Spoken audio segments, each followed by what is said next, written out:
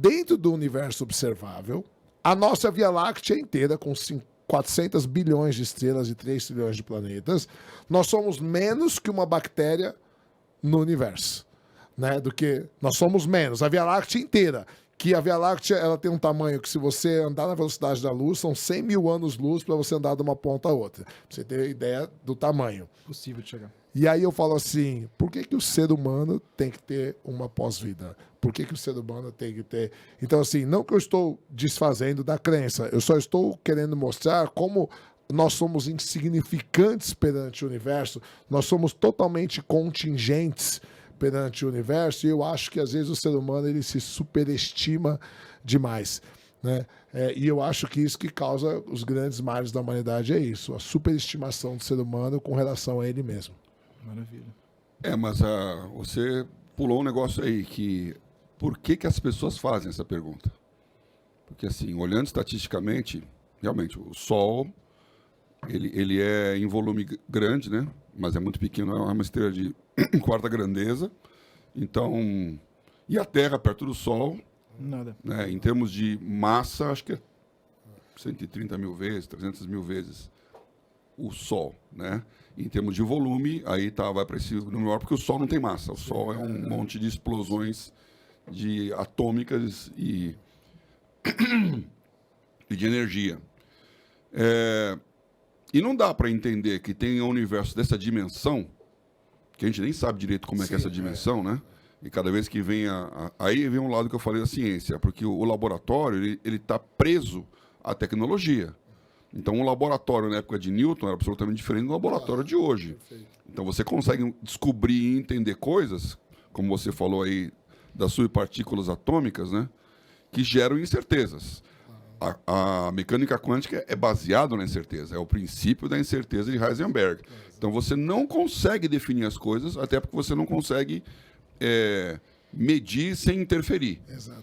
Então, o que acontece? Você tem um microcosmo de átomos e subpartículas que é tão vasto e tão imenso quanto o nosso universo.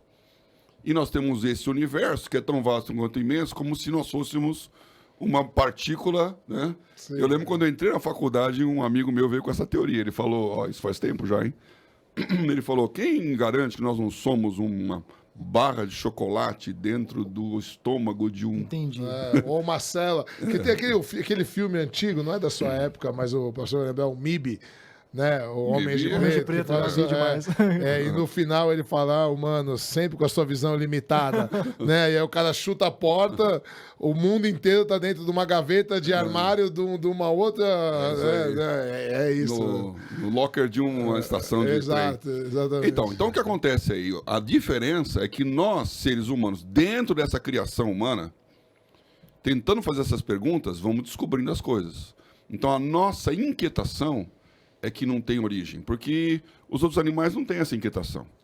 Eles estão vivendo a vida, eles têm um senso de preservação, eles têm um sentido de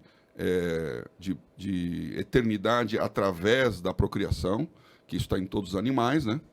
Aliás, interessante, eu infelizmente não guardei o nome do livro, porque isso faz mais de 30 anos, eu lembro que eu assinava o New York Times na época, e tinha lá as listas dos mais lidos do New York Times, né?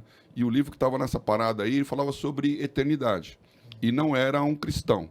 E ele fez uma pergunta. Ele fez a pergunta para as pessoas assim: se você vivesse a sua vida inteira normal e soubesse que uma semana depois de você morrer, com tudo que você tem direito de viver, o mundo ia acabar.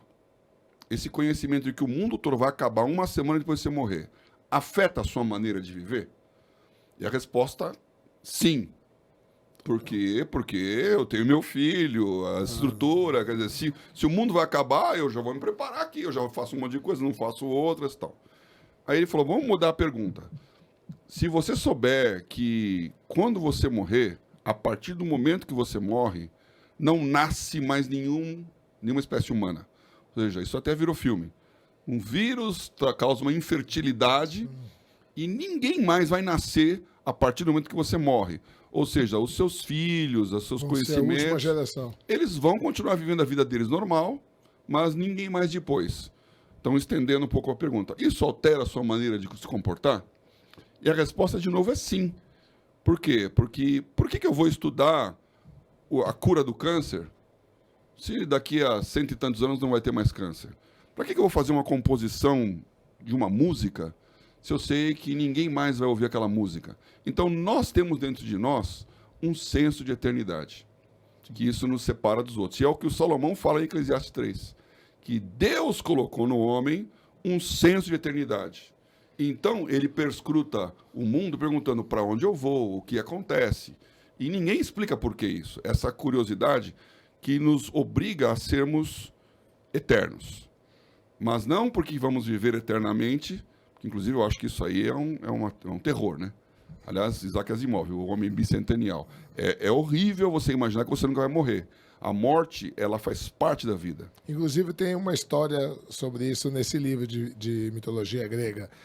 Tem uma mitologia que a deusa Els, que é a deusa do sol, tinha um jovem, que me fugiu o nome dele agora, ele era apaixonado por ela, então todo dia de manhã ele acordava para ver o nascer do sol, e ela se apaixonou por ele, né? E aí ela começou a encher o saco de Zeus para que Zeus desse a imortalidade para ele e tal, porque eles estavam apaixonados e tal, e ele, como era mortal, e toda a mitologia grega, ela se baseia em cima de um princípio que do grego a gente chama de híbris, que é alguém querendo tomar uma posição que não lhe é cabida, né? Ou seja, um ser humano tentando ter privilégios que só caberiam aos deuses. Ou, né, como é o caso do Remidas, tocar as coisas e virar ouro. Prometeu, tal. Então, toda a mitologia grega gira em torno desse conceito de híbris, que é... E aí Zeus falou assim, beleza, você quer a eternidade para ele? Então tá bom. Só que ela esqueceu de pedir a juventude eterna para ele. Ela pediu só a imortalidade. Então Zeus, espertamente, falou, tá bom, você quer... É isso que você quer? Imortalidade? Então tá bom. Ele é imortal. E aí ele começa a definhar. Vai ficando velho e chega uma hora que ele pede desesperadamente para morrer. E aí ela transforma ele numa cigarra. Tem duas versões, porque na mitologia grega tem várias versões, né? Uma diz que transforma ele numa flor, né? No girassol, por isso que ele procura o sol, né? E a outra diz que transforma ele numa cigarra, e quando você ouve o trinar da cigarra, é ele pedindo para morrer, né? Ele pedindo para morrer, porque é isso, seria uma tortura você viver eternamente se os seus entes queridos vão morrendo, né? Tem o filme Highlander também, que o cara fala, você fica sozinho, porque cada pessoa que você ama, você imagina você ter um filho, você vê seu filho crescer, morrer, então realmente eu acho que seria uma ideia bem... Por isso a eternidade é um conceito que está na transferência, na sucessão. Então, o homem quer ser eterno.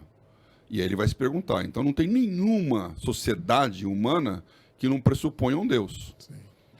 E há várias razões para isso. Uma que, aliás, os ateus costumam atacar muito é que ele quer explicar o que ele não consegue explicar, põe o nome de Deus. Sim. O que é verdade. Mas inclusive na física tem um nome para isso, né? Quando você não sabe uma variável, você coloca uma variável, um x, e aí você vai respondendo, e aí responder aquele primeiro e o outro, você coloca um x novamente, e aí você vai... Então Deus é essa variável, né? De quando a gente não sabe explicar alguma coisa. À medida que vão explicando, a gente vai colocando Deus em outras variáveis. Que é uma coisa muito limitada. A outra é essa transcendência. Eu preciso entender o que vem para frente. Eu busco a Deus. Então a Bíblia fala, a minha alma tem sede de Deus. Eu preciso de alguma coisa que me explique.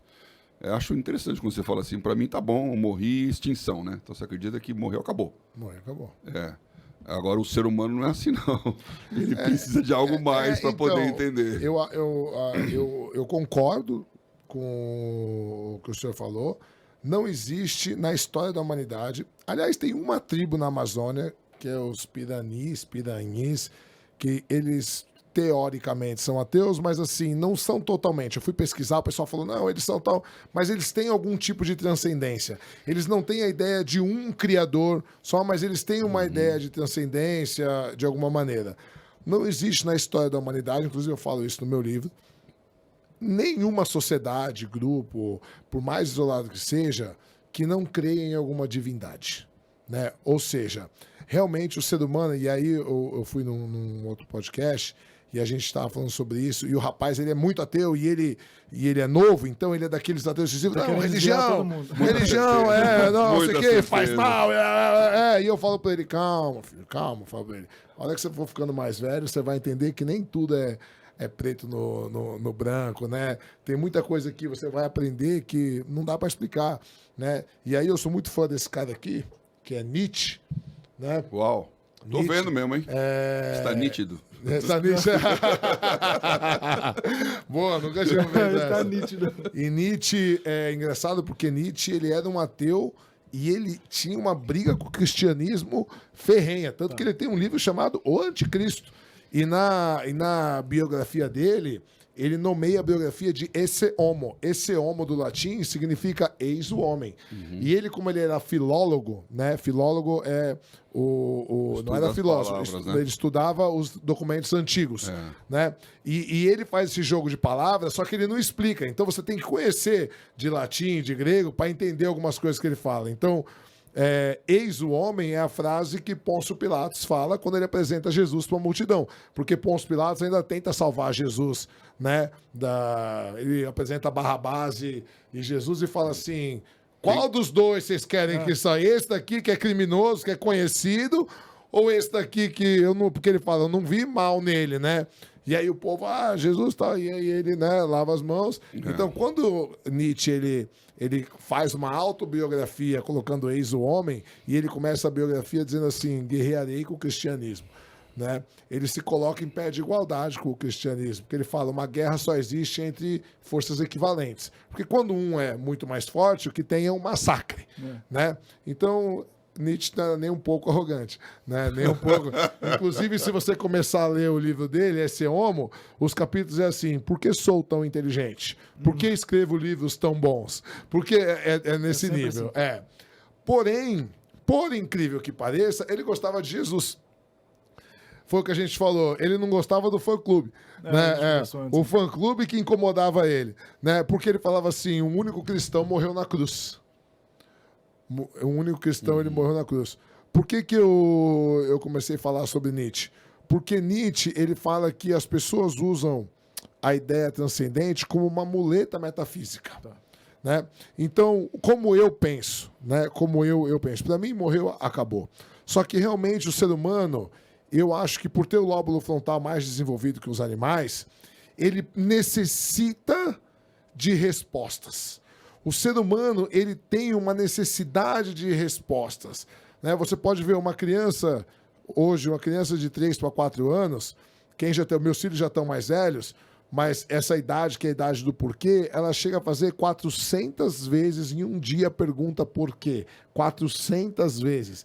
Né? O ser humano, ele tem essa necessidade de saber, de conhecer.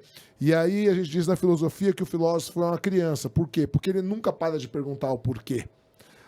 E a gente vive hoje, infelizmente, numa sociedade, já desde a Revolução Industrial, que é uma sociedade que é feita para tolher o nosso pensamento, né? Então, cala a boca e faz isso, que é o que eu estou mandando, o professor fica quieto, obedece, porque esse modelo de educação não é um modelo, ele foi feito para criar chão de fábrica, né? Para criar industrial, obedece, cala a boca, tal, não é feito para ninguém pensar.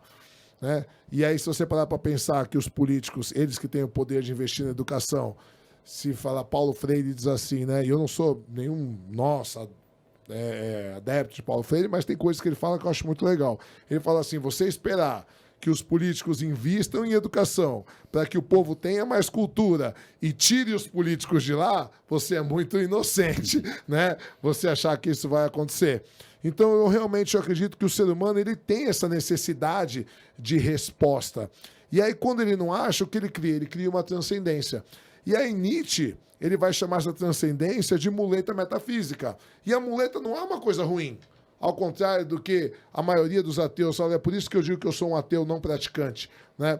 Porque eu penso assim, a muleta é uma coisa boa, porque ela te ajuda quando você está machucado, quando você não tem uma perna, quando você precisa andar, só que ela é metafísica. Metafísica você não tem certeza se é verdade ou não, mas ela te ajuda, entende? Então, assim, se eu conhecesse o Mateus antes, por exemplo, e o Mateus era um cara desviado, um cara que usava droga, um cara que traía mulher, um cara agressivo, um cara que arrumava confusão, tal. E aí, de repente, ele descobriu Jesus, certo? E aí ele é um cara hoje que cuida bem dos filhos, cuida bem da esposa, não usa mais droga, é um cara que faz bem para a sociedade, trabalha. Que idiota eu seria de querer tirar Deus dele? Por isso que eu digo que eu sou um ateu não praticante, que eu falo que eu sou um ateu que acredita em Deus. Por que eu sou um ateu que acredita em Deus? Porque eu estou vendo o fruto do Deus dele. Entende? Ainda que só exista para ele. Ainda que eu não acredite que o Deus exista realmente como... Mas ideologicamente, pelo menos a ideia de Deus existe e faz diferença na sua vida. E se faz diferença na sua vida de forma positiva, eu quero mais que você creia. Né? Esse que eu vejo que é o problema de muitos ateus militantes. É claro que em muitos aspectos, quando a gente fala de religião, a gente fala num aspecto muito amplo. E a gente vai achar coisas muito ruins que a religião fez para a sociedade, como a gente vai achar coisas boas.